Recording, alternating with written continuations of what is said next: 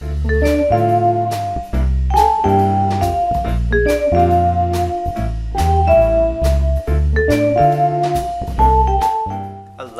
welcome back. Today we're going to be making more of a winter drink, and it's not necessarily tiki. The weather went from like in the mid 70s here down to like the mid 30s in less than a few days. So it's about time to put the tiki shirts away and take out the flannel shirts, but I'm going to try and get one more out of this. This drink isn't necessarily tiki, but it does have a story about tiki behind it. And today we're going to be working with gin. And my friends at Chatham Imports just sent me their latest Farmer's Gin, which is one of my all-time favorite gins. The older bottle looks like this. You probably still see it in the shelves. It's flavored with lemongrass, which I really love. This one has some different botanicals in there, and I'm going to taste them side by side. This is my first time tasting it. Let's see if it stands up to the old one. So today we're going to talk a little bit about gin, and I'm going to use some more of this down the road in one of my favorite drinks, the martini. I know a lot of people think it's been overdone, and it has, but yet some people still can't get it right. So I'm going to show you how I like it. But first, let's just give this a taste straight. Just need a little drop of it. Got my Glencairn glass, which is specifically made for tasting spirits here. Give it a sniff. I like it already. Got a nice bright smell.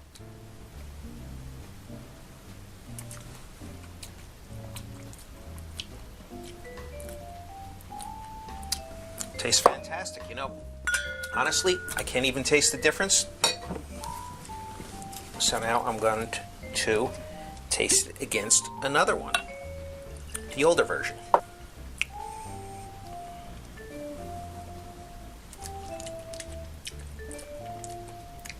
I like the newer one better. This one's a little bit heavier on the floral notes. And this one, it's a lot lighter. Same proof, but a lot lighter. This one's going to be more mixable. I mean, they're both mixable, but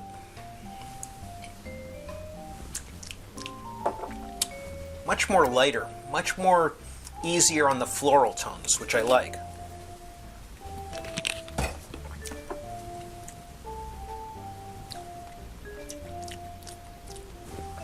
Yep, this is a winner. I even like this better than the original formula. So we're going to put these aside anyway, because we're going to talk about those in another episode. But I figure they just sent them to me, and since we're doing gin today, I figure we give them a taste test. Now, the story about the Sloe Gin Fizz. Way back in the 80s, when we weren't legal to drink, it's the truth, even though the drinking age was 18 back then, we were still not able to drink, and we used to take our older siblings' IDs and go into New York where they were less stringent with the laws. I'm not saying we were good kids, and I don't advocate it. I'm just telling you the way it was, nearly half a century ago. 40 years, I don't want to push it too much. So the other day, I was cleaning out an old desk, and my wife found this picture of a girl I really liked in high school. Of course, I'm flattered that she's still jealous after all these years. But I told her to look at the photo. I said, look at that hairstyle. That probably was taken before you were born. She was born in the mid-'80s, and that's about when that photo was taken. So back then in the 80s, when we went to parties, you had a choice between beer, maybe wine coolers. If you were really fancy and you could get yourself on some hard alcohol, they were highballs, rum and cokes, gin and gingers, Jack Daniels, and or 7 and 7s. So when this girl said, well, I really like Sloe Gin Fizz, I had no idea what that was. But I was going to learn how to make it, and I was going to impress her, and I was going to bring a picture of it, or at least a bottle of it, for her to enjoy at one of the parties she was having. Now, she was a couple of years older than me, so of course I was very nervous, and again, I wanted to impress her. And I said to myself, well, where do you even get a Sloe Gin Fizz? Again, she wasn't going to bars, or at least I didn't think she was. So she told me about a tiki bar a couple miles down the highway called South Pacific. The building's still there, and in fact, today it's one of the best pizzerias around, and they have some fantastic cocktails. So she said I would go to South Pacific, and they make them. I'm like, huh. So I asked my friend about it. He said, well, you can't take your bike there. It's on the highway, and, you know, they see you pulling up in a bicycle, they're going to know you're not of drinking age. And he says to me, don't worry about it. We'll take my moped. Just wear a tie and a nice shirt. You're with me. You'll get served. Okay.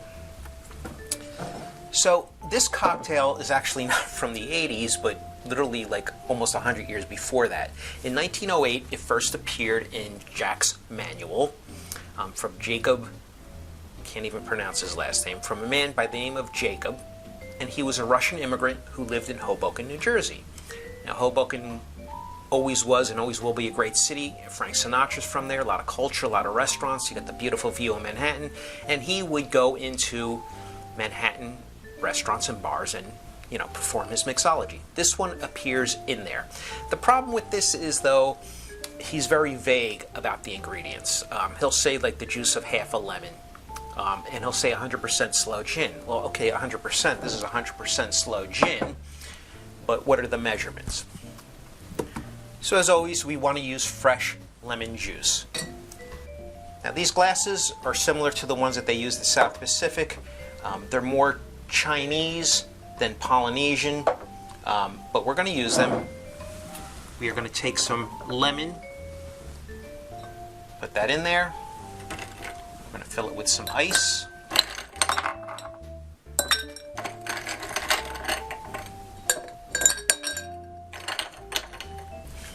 Now, in his recipe, he calls for juice of half a lemon.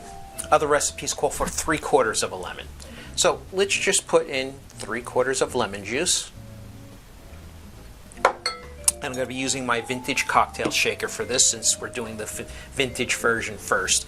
And he says to use fine ice.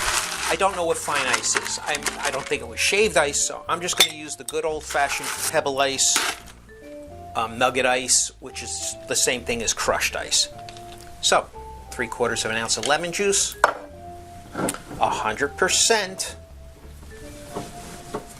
of sloe gin. Now, as you can see, I don't use a lot of this, and the color is also darker. If you go and buy some of those liqueur brands, this is 50 proof, not even 50 proof, ounce and a half of sloe gin. And while this is a gin, it is flavored with the sloe berries, which resemble the size and color of a blackberry or a blueberry. But once you flavor something with those berries and it brings the sugar alcohol content up, then it becomes a liqueur. And gin has to be a minimum of, I think, 75% or 79%. I'm not exactly sure. It could be overproof gin. But we're not going to use regular gin. I mean, we are for later in the second version, but for the first version, this is what we're going to do. Then we're going to take some simple syrup. And simple syrup is just simply 1-to-1 of your regular table sugar that you put in your coffee, not the Demerara, because this isn't a tiki cocktail. And we are going to put a ½ ounce of simple syrup.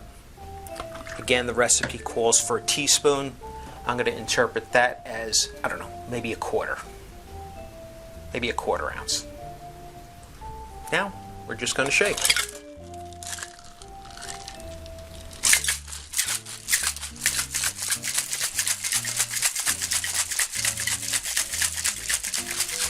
This is really cool. It comes with its own strainer. It's imagine how these products from 100 years ago still last and are still very easy to use. So we are going to just fill this up.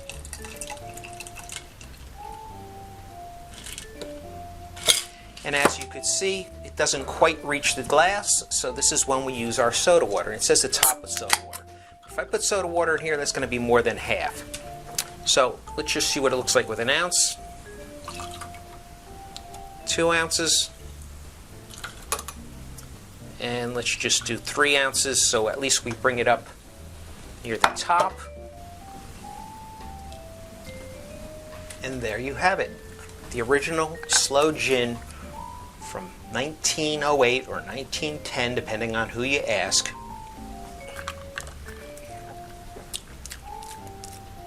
I'm really not getting much out of it. Used a lot of soda water.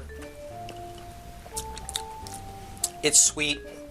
I can understand how a teenage girl would like this. No offense to anybody that likes this cocktail, male or female, but I'm convinced that we can make a better version of this. We're going to use 100% gin alongside that of the Sloe Gin. It's going to give it a little bit more bite. It's going to not make it as sweet. So let's try this again. 3/4 of an ounce of lemon juice. Get a brand new shaker here.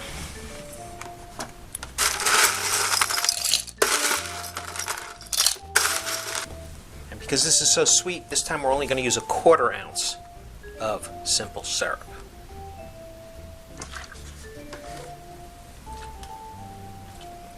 And we're going to use 1 ounce of Sloe Gin.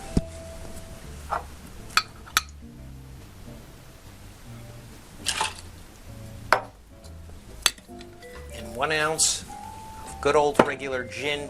When I'm making a drink like this, if they make the liqueur, I like to keep it consistent by the brand.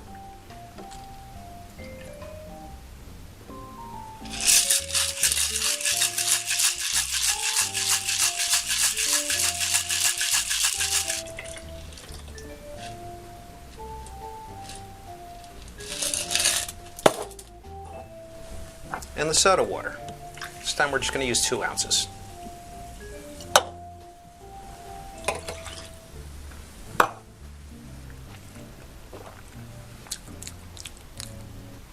Believe it or not, I don't taste all that much of a difference. But even that 1 ounce of gin cut with the Sloe Gin, that's so sweet, and you got the simple syrup in there. I'm going to be honest, this isn't my favorite drink. I don't like lemon-based cocktails. It was great to recreate this from something I tried to impress somebody with back in the 80s. The only reason why I bought a bottle is because certain tiki drinks do call for this. I'm going to explore some other Sloe Gin recipes, but in any case, mahalo, thank you for watching. Until next time, when we're going to do some real gin drinks with some real gin. Isn't happy hour anytime?